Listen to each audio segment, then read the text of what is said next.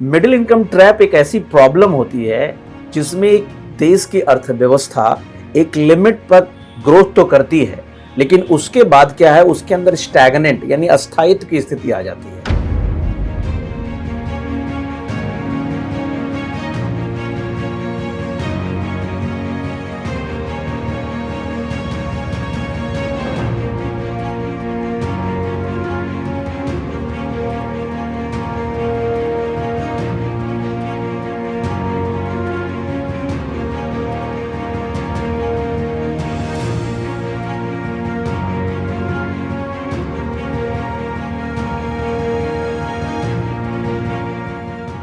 Middle income trap एक ऐसी problem होती है जिसमें एक देश की अर्थव्यवस्था एक लिमिट पर ग्रोथ तो करती है, लेकिन उसके बाद क्या है, उसके अंदर स्टैग्नेंट यानी अस्थायित्व की स्थिति आ जाती है। जैसे अगर भारत के संदर्भ में देखें कि भारत का जो जीडीपी का ग्रोथ है लास्ट 10 इयर्स में बहुत तेजी से बढ़ा है, लेकिन पिछले 4-5 सालों में ऐसा देखा जा रहा है कि स्पेशली कोविड के बाद कि जीडीपी ग्रोथ की एक स्टैग्नेंट स्थिति आ चुकी है।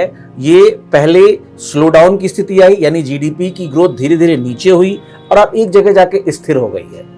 अब जीडीपी की ग्रोथ अगर हो भी रही है तो ये पर कैपिटा इनकम के ग्रोथ में कन्वर्ट नहीं हो रही है। तो किसी कंट्री के अंदर उसकी कलेक्टिवली जीडीपी ग्रोथ तो हो, लेकिन पर कैपिटा जीडीपी क्या हो रहा हो, वो कम हो रहा हो, ऐसी स्थिति को मिडिल इनकम ट्रैप की कंडीशन कहते हैं।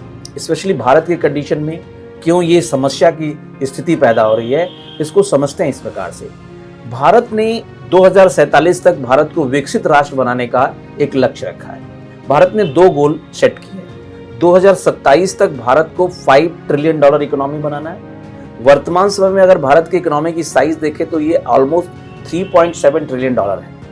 2030 तक से आगे या उसके और थोड़ा सा 10-15 आगे साल देखें तो 2030 तक भारत ने अपनी इकोनॉमी के जीडीपी के ग्रोथ को $20 ट्रिलियन मापा है और 2047 तक भारत अपनी जीडीपी ग्रोथ को $30 ट्रिलियन एक्सपेक्ट कर रहा है। तब भारत विकसित राष्ट्र के रूप में जाना जाएगा। लेकिन इस लक्ष्य को अचीव करने के लिए भारत को सर्टेनली मिडिल इनकम ट्रैप से बाहर निकलना पड़ेगा।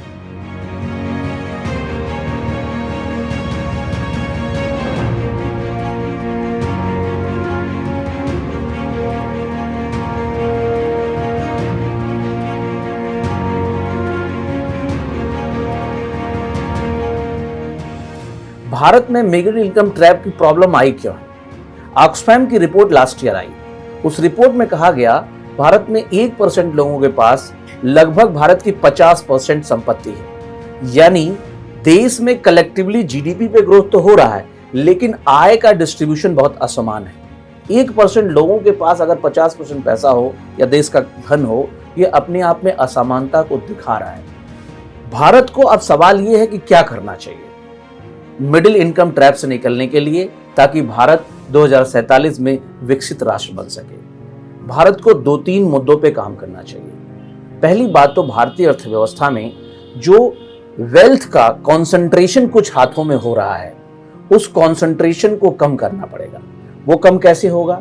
भारत में जो डिमांड जनरेट हो रही है वो स्पेशली उन चीजों की हो रही है जो अमीर ज्यादा परचेज कर रहे हैं। भारत को अपने प्रोडक्शन फैक्टर्स में उन चीजों को अधिक फोकस करना होगा जिसकी डिमांड मैक्सिमम पॉपुलेशन कर रही होगी। दूसरी बड़ी बात क्या है?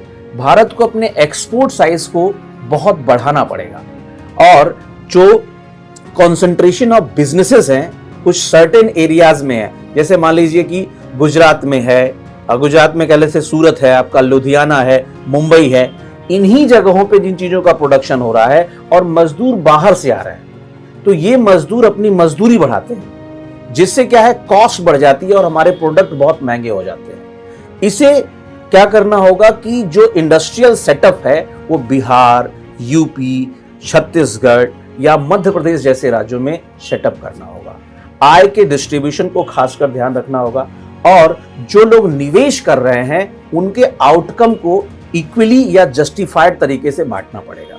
दूसरी सबसे बड़ी बात, अगर मैं कलेक्टिवली बोलूं कि अगर इंडिया को मिडिल इनकम ट्रैप से गुजरना है तो इंडिया को इंक्लूसिव ग्रोथ पे काम करना होगा, यानी सबका साथ सबका विकास।